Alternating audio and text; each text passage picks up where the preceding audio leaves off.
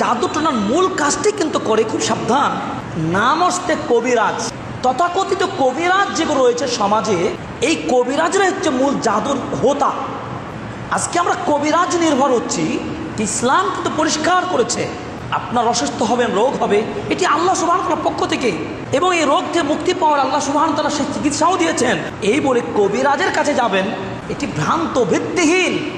আর যখনই কবিরাজের কাছে যাই আমরা আরও ক্ষতিগ্রস্ত হই। তাই তো গত কয়েকদিন আগে এক ভাই আমাকে বলছিলেন কবিরাজ মানে কি। তো আমি তাৎক্ষণিকভাবে শব্দটা বিশ্লেষণ করলাম, যদিও আমি এখন পর্যন্ত শব্দটা নিয়ে কোনো অভিধান অনুযায়ী বিশ্লেষণ করি নাই। তো তাৎক্ষণিক যেটা আমি বুঝি বা বুঝলাম, এই জাদু টোনা করা, জাদুর কাজটা করা কবিরা গুনাহ 100%, ইসলাম থেকে বের হয়ে যাবে, কুফরি কাজ। তো কবিরাজ, কবির মানে বড় ভয়াবহ কাজ করে, পাপ। আর রাজও রাজা, বড় পাপের রাজাই হলো কবিরাজ। বুঝেননি বিষয়টি? কবিরাজ মানে বড় পাপের রাজা আসে। হ্যাঁ, যদি ইসলাম ধর্ম, ইসলামী চিকিৎসাগুলো ফলো করে যদি চিকিৎসা করে, তাকে কিন্তু আমরা কবিরাজ বলি না। আমরা বলি কি, অমুক পাড়ার অমুক মুরব্বী রয়েছে, উনি ভালো ঝাড়ফুঁক দিতে পারেন।